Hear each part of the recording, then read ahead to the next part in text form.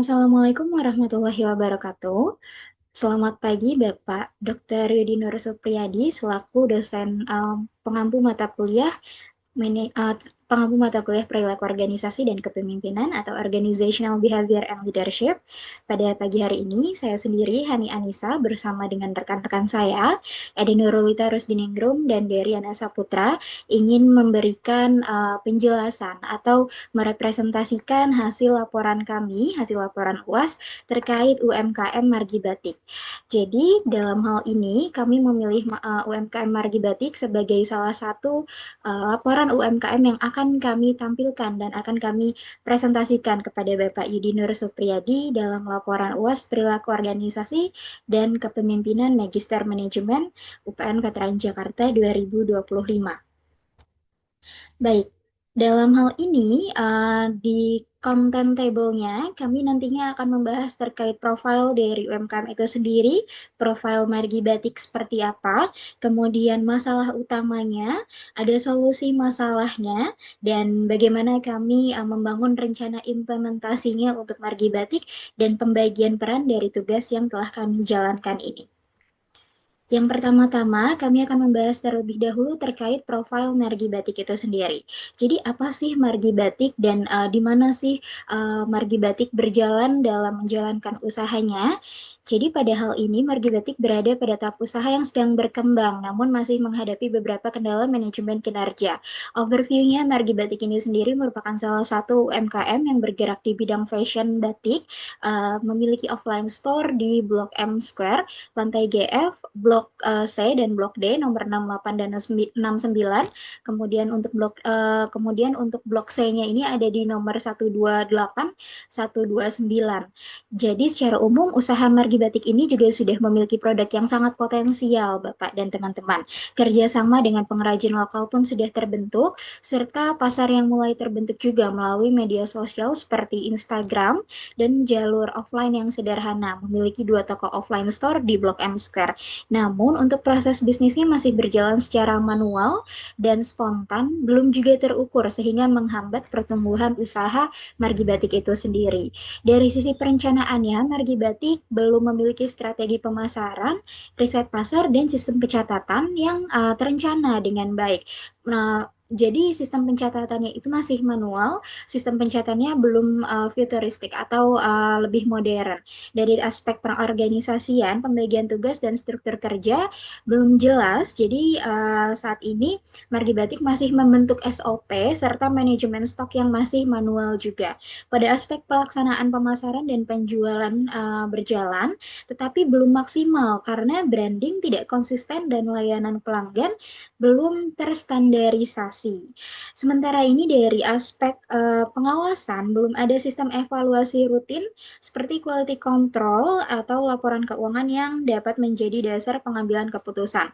Laporan keuangannya ini baru dilakukan berdasarkan manual seperti pencatatan buku dan Excel file atau pencatatan Excel. Jadi laporan keuangannya belum menggunakan PSAK di mana seiring karena Margi Batik ini juga bukan merupakan PT, jadi masih UMKM yang dibentuk, jadi masih banyak sekali hal-hal manual atau hal-hal dasar yang dikerjakan, jadi belum termodernisasi, belum berkembang secara sistem seperti itu.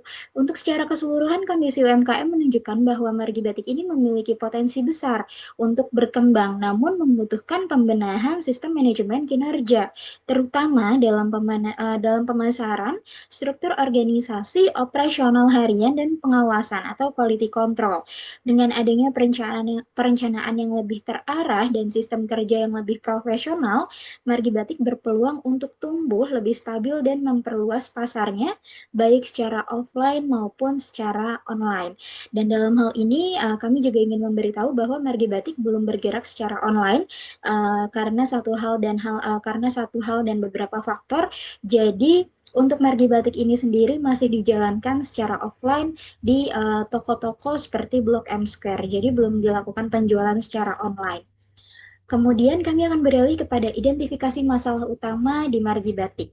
Yang pertama, tidak adanya perencanaan pemasaran yang struktur. Jadi, promosi masih dilakukan secara spontan tanpa strategi, target pasar, atau rencana konten yang jelas. Jadi, belum ada seperti apa strategi pengembangan pemasaran yang kedepannya yang baik untuk Margi Batik, seperti strategi pemasaran online atau konten-konten dan storytelling seperti cerita-cerita tentang produk Margi Batik ini sendiri itu belum ada dan belum direncanakan secara terstruktur.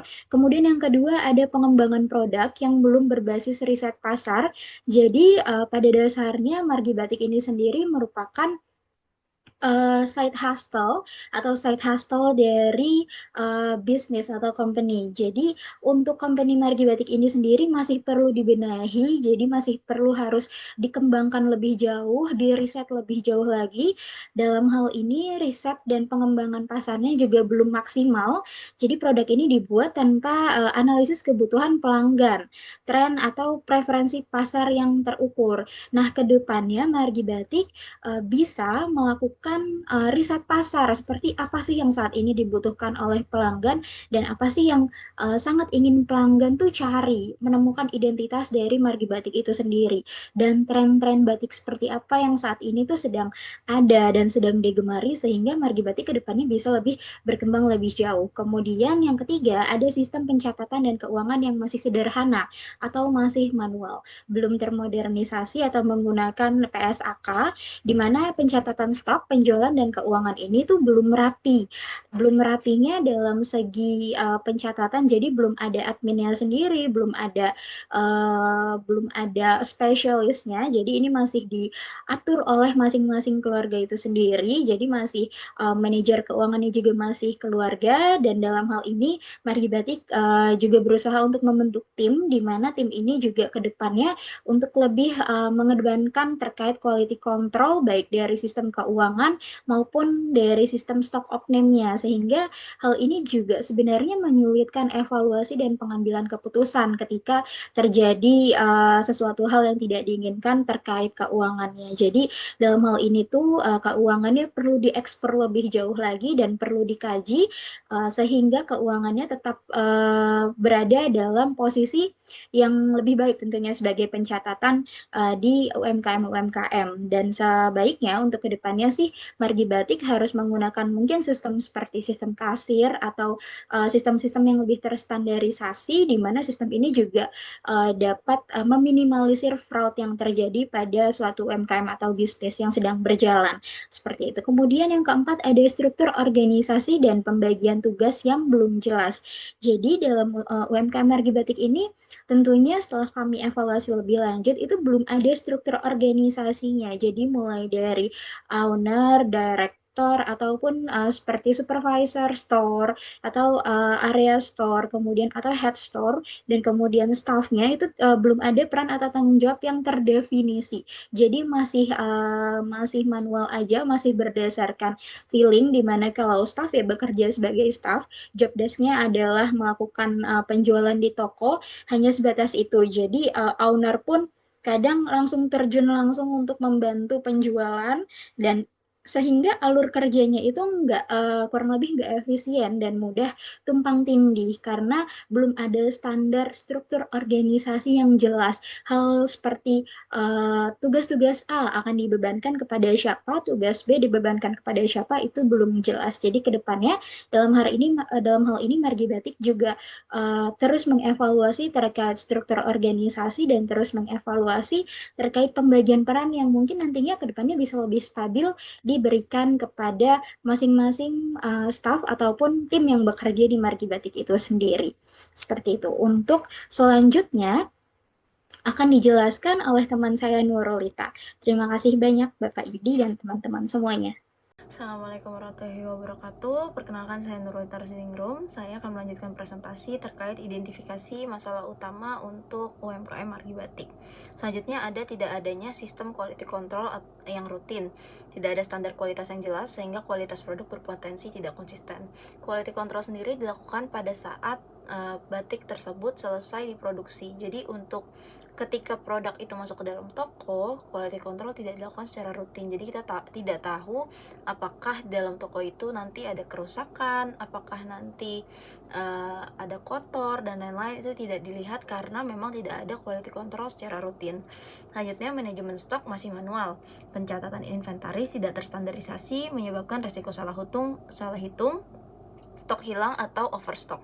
Jadi manajemen stok itu masih manual, dilihat per baju atau per batik gitu, atau per model, karena kan di Margi Batik sendiri ada dibagi-bagi, ada yang model batik A, B, dan C, ada juga model batik yang tenun dan lain-lain. Jadi manajemen stoknya atau inventarisnya itu masih by manual, jadi masih dicek satu-satu.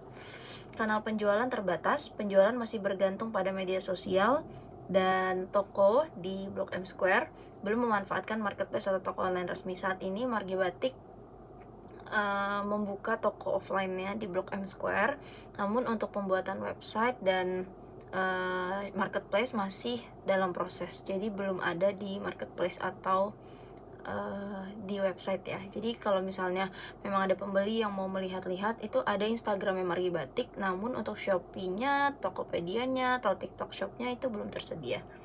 Selanjutnya ada branding tidak konsisten. Identitas brand Batik for Everyone belum muncul secara seragam pada visual, komunikasi, dan kemasan.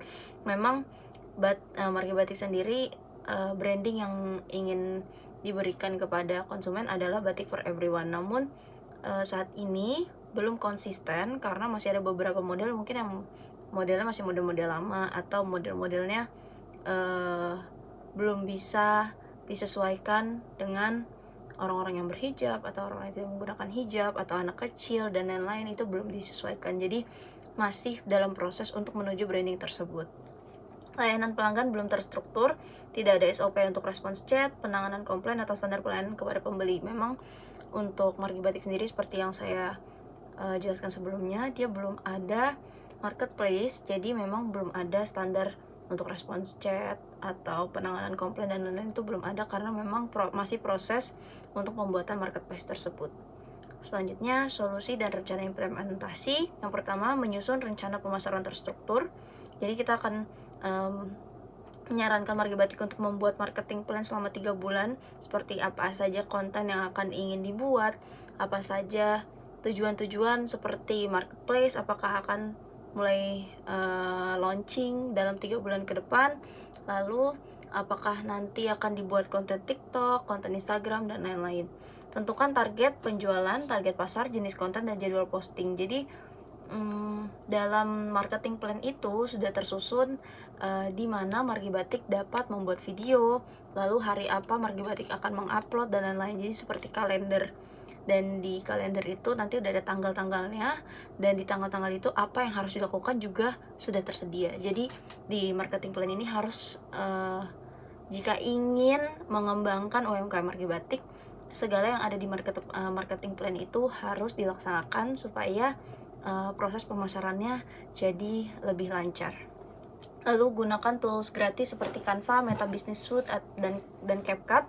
Jadi Canva sendiri mungkin untuk membuat konten-konten Instagram, atau untuk membuat logo, Instastory, dan lain-lain, atau membuat foto katalog yang nanti akan dipasang di Shopee, Tokopedia, atau TikTok Shop. Lalu CapCut ini untuk mengedit videonya. Lalu melakukan riset pasar sederhana. Yang pertama, amati produk terlaris di marketplace. Nanti kalau misalnya sudah membuat marketing plan itu sudah berjalan, diamati juga di marketplace kira-kira orang tuh lebih suka batik yang seperti apa, dengan harga yang berapa, seperti itu. Lalu lakukan survei Google Form untuk preferensi pelanggan. Mungkin setelah nanti ada launching website atau Instagram, atau udah ada marketplace-nya, Margi Batik bisa menyebarkan Google Form untuk Margi Batik bisa tahu gitu preferensi pelanggan tuh yang seperti apa sih, batik seperti apa yang mereka suka. Analisis insight Instagram untuk mengetahui desain yang diminati. Jadi nanti setelah kita mengupload semua desain-desain atau konten-konten ke Instagram Margi Batik, nanti untuk Instagram itu kan bisa diatur menjadi Instagram bisnis. Nah, di situ nanti kita bisa melihat insight-nya, apakah pelanggan lebih suka yang A, B, dan C, itu bisa dilihat dari situ. Oke. Next, membuat struktur organisasi dasar. Tetapkan 4 fungsi utama: produksi dan quality control, pemasaran dan admin, penjualan dan customer service, keuangan dan pencatatan. Jadi 4 fungsi utama operasional yang akan berjalan di Margi Batik ini harus ditetapkan. Orangnya siapa-siapa aja, yang mengerjakannya siapa, itu udah harus tahu. Jadi nanti biar lebih gampang dan lebih mudah menjalankannya karena orang-orang tersebut sudah pas dan cocok di tempat itu, seperti itu. Jadi kalau misalnya orang yang lebih suka balas chat customer, itu bisa jadi CS. Atau orang-orang yang memang lebih suka pekerjaan untuk bertemu langsung dengan customer, lalu melihat proses quality control dan lain-lain sebagainya, itu bisa ditaruh di tempat produksi atau quality control. Lalu susun job desk singkat untuk menghindari tumpang tindih pekerjaan. Jadi untuk tiap-tiap fungsi utama tadi, pekerjaannya juga harus jelas. Jadi produksi itu job desknya apa, gak usah terlalu ribet dan panjang. Jadi tetapkan aja dulu kira-kira orang itu bertugasnya sebagai apa. Jadi nggak ada pekerjaan yang dilakukan oleh 2 orang dan atau 1 orang aja gitu. Jadi mereka nggak capek. Jadi dianalisis beban kerjanya di situ. Lalu yang keempat, ada digitalisasi pencatatan keuangan dan stok. Nah, untuk keuangan sendiri, kita sarankan ini untuk menggunakan aplikasi gratis seperti Buku Kas, Maju, atau Kasir Pintar. Jadi kalau misalnya mau menghitung keuangan dan stok itu bisa menggunakan aplikasi-aplikasi tersebut. Jadi sekarang udah serba digital, nggak perlu pakai kertas-kertas lagi, jadi mengurangi kertas-kertas, penggunaan kertas ya. Lalu buat rekap laporan harian sampai bulanan. Kalau misalnya di aplikasi itu tidak tersedia, bisa menggunakan Google Spreadsheet juga untuk mencatat laporan harian dan bulanan. Jadi untuk hari itu berapa yang terjual, lalu berapa barang yang masuk, dan lain-lain. Nah, ini di sini kita juga menyarankan untuk menggunakan Google Sheet untuk stok masuk dan keluar. Lalu selanjutnya, menerapkan sistem inventaris yang lebih terstruktur. Gunakan SKU untuk setiap produk, lalu mencatat stok masuk keluar harian melalui Google Sheet, dan lakukan pengecekan stok mingguan untuk mencegah selisih. Kami juga menyarankan di sini untuk melakukan quality control setiap minggunya. Jadi dilihat produk-produknya apakah ada yang cacat atau tidak. Jangan-jangan setelah ditaruh di dalam toko itu bisa aja ada kerusakan. Jadi melakukan quality control harian juga. Nah, di sini kita juga sarankan untuk menerapkan SOP quality control yang rutin, yaitu yang pertama, buat checklist quality control sederhana. Ukuran, jahitan, motif, noda, dan kelengkapan label itu udah harus ada di situ, jangan sampai ada yang hilang. Lalu bisa dicek juga kayak misalnya ada beberapa, kan di Margi Batik ini ada beberapa tipe batik. Nah, itu dijadikan satu space atau satu tempat di batik tertentu. Jadi misalnya batik tenun di sini, untuk batik motif di sini, untuk batik yang dress di sini, lalu diurutkan sesuai ukuran. Jadi biar memudahkan pramuniaganya nanti untuk memberikan itu ke pelanggan, atau pelanggan juga mudah mencarinya gitu. Itu saran dari kami. Lalu lakukan quality control pada 2 tahap. Yang pertama, setelah finishing produksi itu udah harus. Yang kedua, sebelum dikirim ke pelanggan. Sebenarnya ini juga bisa jadi opsi, jadi kita tambahkan lagi pada saat sudah masuk ke dalam toko. Ya, seperti itu. Jadi kalau misalnya nanti sudah mulai ada Shopee dan lain-lain, sebelum dikirim ke pelanggan bisa dicek lagi tuh produknya cacat atau tidak. Kalau misalnya ada kancingnya lepas atau tidak, seperti itu.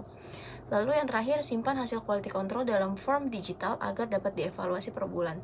Seperti yang tadi sudah kami sarankan, bisa menggunakan Google Sheet untuk mencatat quality control tiap bulannya, seperti itu. Kurang lebih mohon maaf.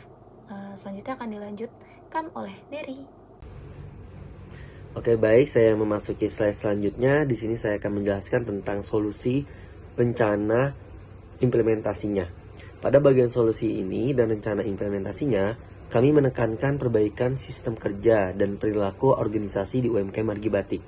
Permasalahan utama bukan hanya pada produk, tetapi pada tidak adanya perencanaan, struktur kerja, dan standar operasional yang jelas.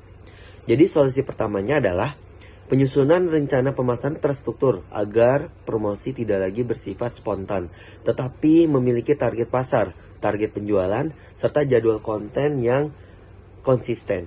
Hal ini memungkinkan pelaku usaha melakukan evaluasi kinerja pemasaran secara lebih terukur. Lalu kemudian dilakukan riset pasar sederhana untuk memastikan pengembangan produk sesuai dengan kebutuhan dan preferensi pelanggan. Selanjutnya, dibentuk struktur organisasi dasar agar pembagian tugas lebih jelas sehingga alur kerja menjadi lebih efisien dan tidak tumpang tindih. Selain itu, digitalisasi pencatatan keuangan dan stok dilakukan untuk memperkuat fungsi pengawasan dan pengambilan keputusan.